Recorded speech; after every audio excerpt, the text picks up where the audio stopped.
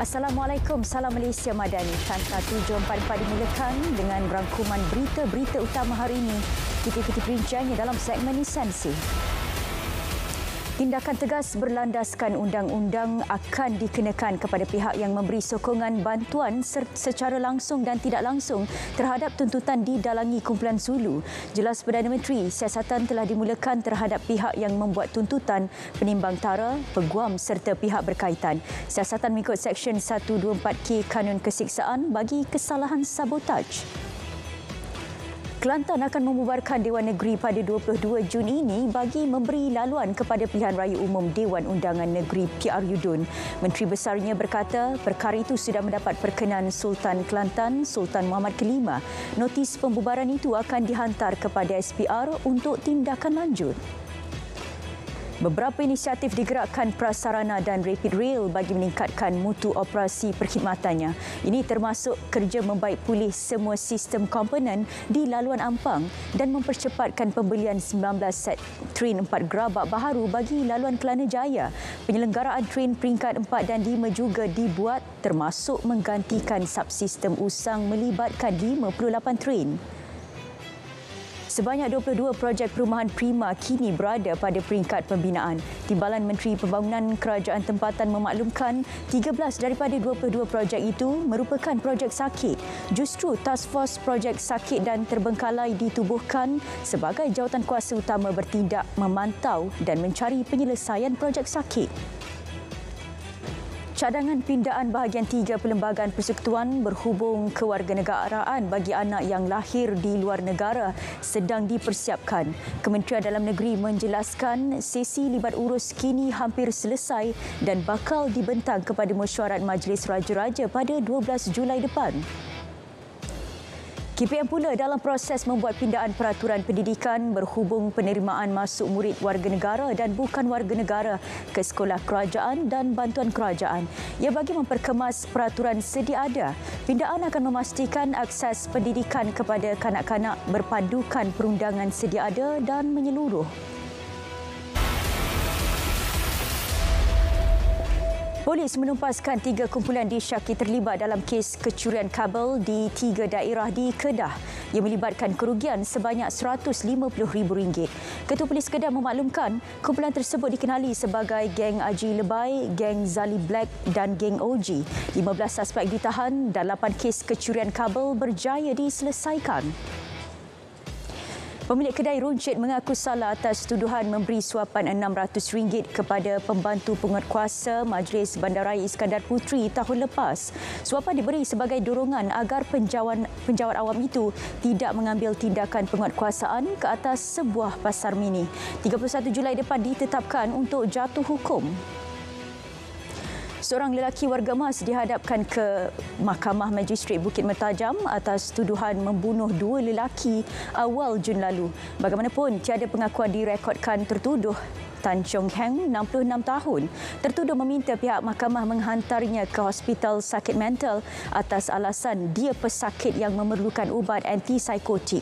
Sebutan semula kes pada 11 September depan.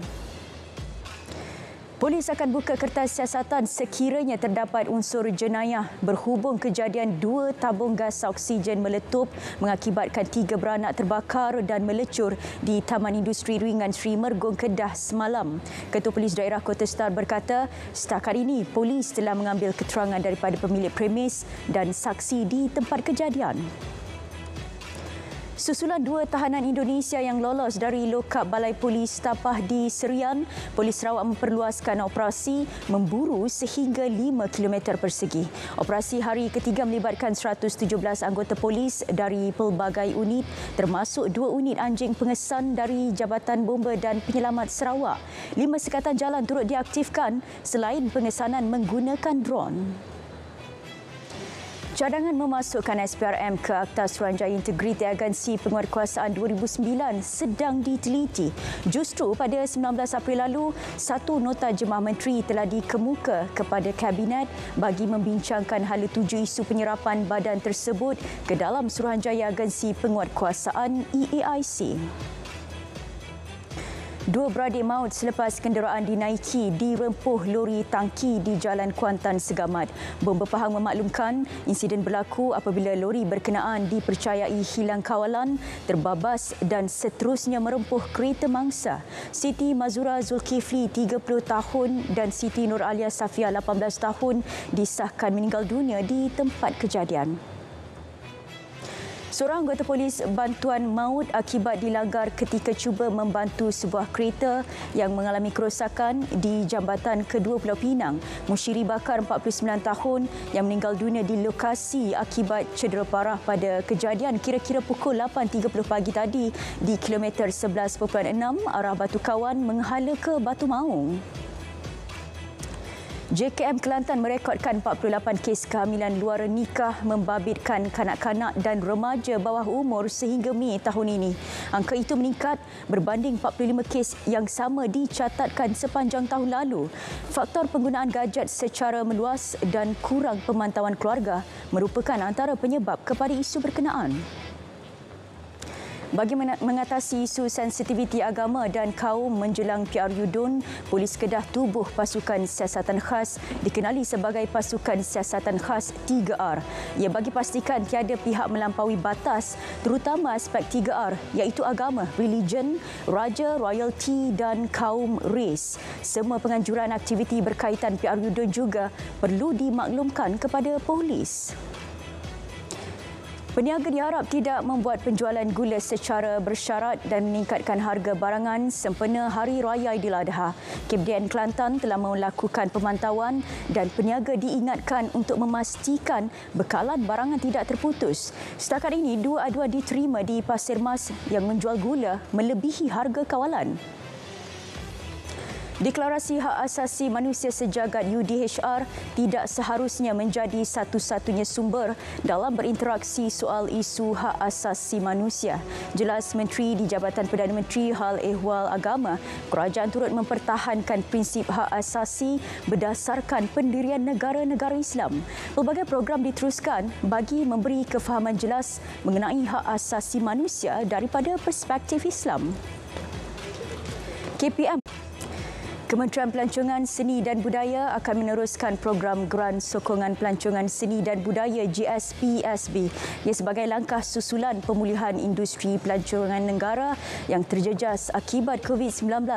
Pemberian itu diharap dapat mempromosi Malaysia sebagai pusat pelancongan dengan pelbagai aktiviti sukan. RM5 juta diperuntuk kepada Yayasan Kebajikan Atlet Kebangsaan YAKIB tahun ini berbanding hanya RM3 juta tahun lepas. Timbalan Menteri Belia dan Sukan berkata ia bagi menampung perbelanjaan dan berdasarkan jumlah peningkatan bekas atlet berdaftar. YAKIB merekodkan 3,000 bekas atlet berdaftar berbanding di awal penubuhannya hanya 150 orang. 25,000 pengunjung disasar memeriahkan Melaka Growfest 2023 pada 23 hingga 25 Jun depan. Berlangsung di Dataran Sejarah Air Keruh, program membawa tema Sekuriti Makanan Tanggungjawab Bersama. Menerusi program tersebut, Esko Melaka turut menyasarkan kutipan jualan produk industri asas tani sebanyak RM1 juta. Lebih 10,000 benih ikan dilepaskan di perairan Sungai Kinabalu di Labuan bagi memastikan kelestarian sumber perikanan di kawasan berkenaan. Pelaksanaan program itu memberi manfaat kepada 564 nelayan aktif. Aktiviti pelepasan benih ikan di sungai berkenaan dilakukan setiap tahun sebagai usaha meningkatkan sumber perikanan air tawar.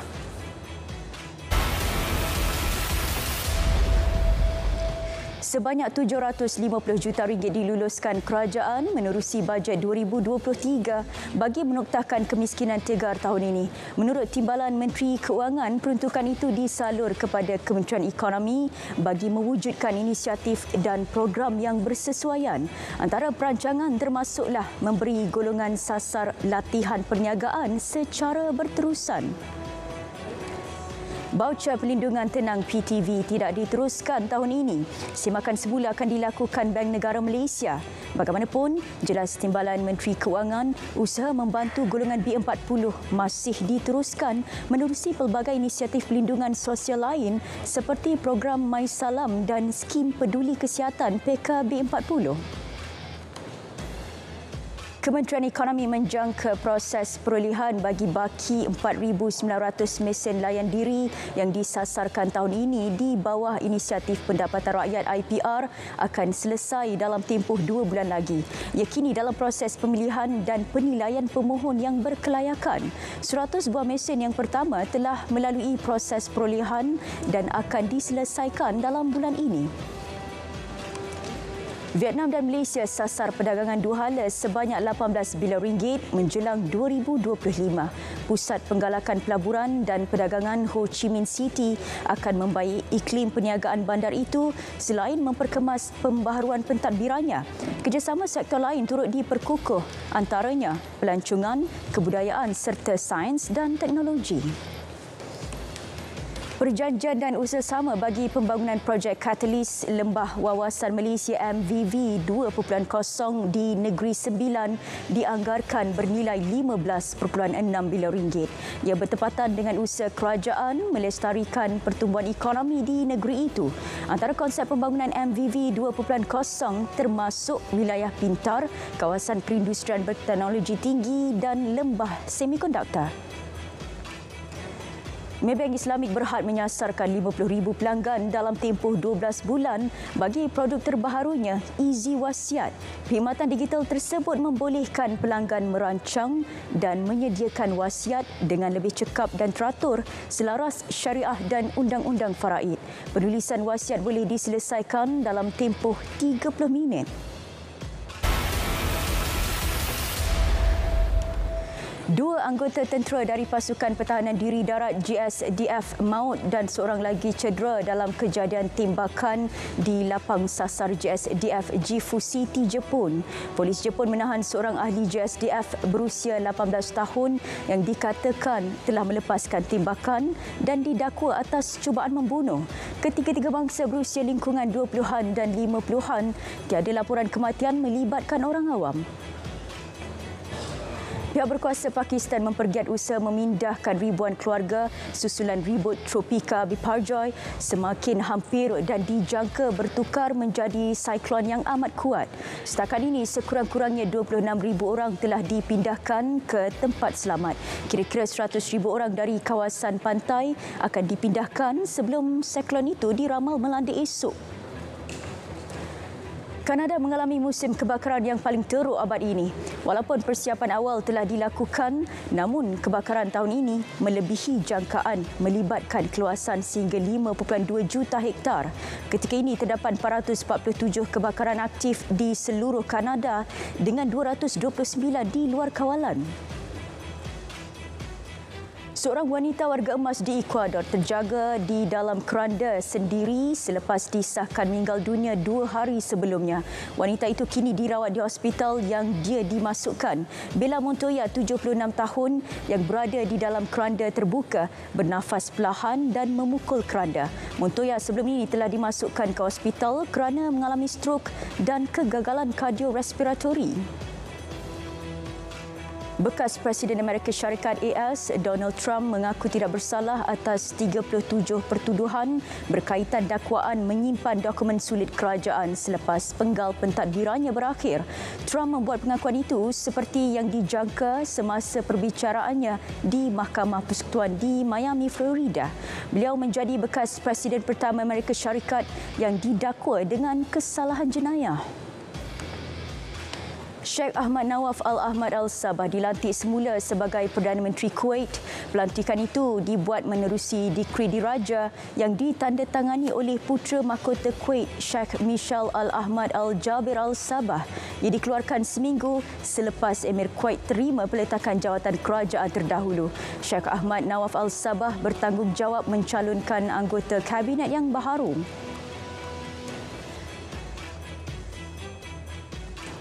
Saudara, Kanta 744 berakhir di sini. Menyusul selepas ini berita perdana bersama Fatil Hidayat Ghazali dan Margaret Gambang untuk paparan lebih komprehensif. Malaysia Madani, tekad perpaduan, penuhi harapan. Assalamualaikum.